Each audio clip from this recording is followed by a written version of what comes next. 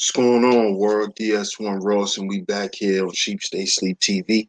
Shout out to everybody who support the platform, man. Much love. And we back here with another video. Now, this is my reaction to the versus battle between Jeezy and Gucci. Shout out to both of those brothers, man, for being able to come through and provide us with basically a concert. Basically a concert. Um, at least nobody got hurt, things got a little rocky, but everything was able to remain civil. So shout out to those brothers for that. But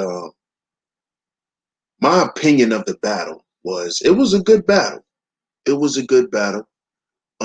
Always was a Jeezy fan. Always was a big Gucci fan. I always was a big Gucci fan over Jeezy. Always.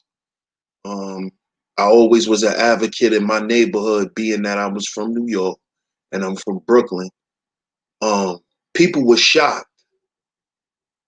that when I came back from down south back in the mid 2000s, how I brought back up a lot of Gucci. And I put a lot of people on the Gucci, man.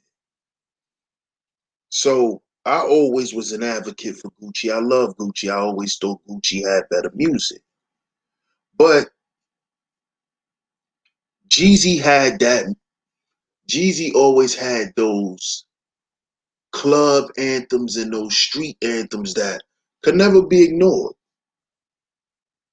You never could ignore the good music that Jeezy put out. He put out high quality street music. I do have to say that. And that is because he also was part of the machine. He had a major deal. So he was able to get with those producers, get with those engineers, and he was allowed to perform on those levels. As to where Gucci, he was a superstar in the streets. He was like a Hollywood celebrity, but in the streets. And Gucci music was on that level also. This is why, as y'all can see in the beginning of both of their careers, they end up being put together on the So Icy song. That will be a forever classic, an industry and a street classic. So it just shows you that Gucci was a big, big, big influence in street slash trap music. Gucci is the trap god. Nobody's bigger than Gucci. So, like I said, it was a great battle. I do think, my opinion, I think Gucci won. Not just because I'm a fan, but not just because of the quality of the songs he was playing, but the timing, the timing, the way that both DJs had the song set up. That's why I say Gucci won too, because Gucci came out the gate. He came out the gate swinging. He came out the gate with haymakers, and all of them hit. All of them. He came out the gate with the hits, with the haymakers, with the dish records. And then he gave us build-ups into other haymakers. And overall, I would say Gucci got him by about at least 3 or 4 rounds. It was close because Jeezy started playing some songs that was very, very relevant and very, very popular back in those times. But one thing too, I have to salute Gucci for is remaining relevant to this day. He's still dropping hits to this day. So I gotta salute him for that. Shout out to him for playing those hit records. you know. And don't forget, y'all make sure y'all go download the Recession 2. That just dropped. Download Gucci new album. That just dropped too. Like I said, it was a great battle, you know, but my overall opinion is that Gucci won. Not just because of the songs, but when the songs were played.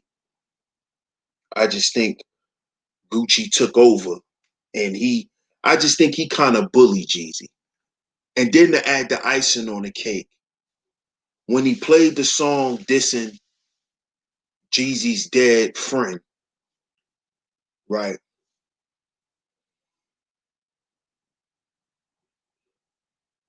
Jeezy kind of started whining after Gucci said what he said. Now, was it a low blow? Of course it was a low blow. It was a low blow. But that should be expected if y'all know Gucci. If y'all know Gucci Mane, y'all know that he was going to go that route. He was going to play foul. He was going to throw that out. And he was going to be foul with it. And he wasn't going to show no remorse about it. And Jeezy started whining. I wasn't rocking with that at all. And when Jeezy started doing that and started, Negro splaining and, trying to run this pro-black, rhetoric, it showed me that Jeezy, Jeezy's just a rapper. He's really not on that type of time that Gucci's really on. You see?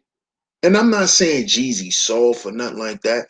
I'm just saying that he showed who he really was in that situation.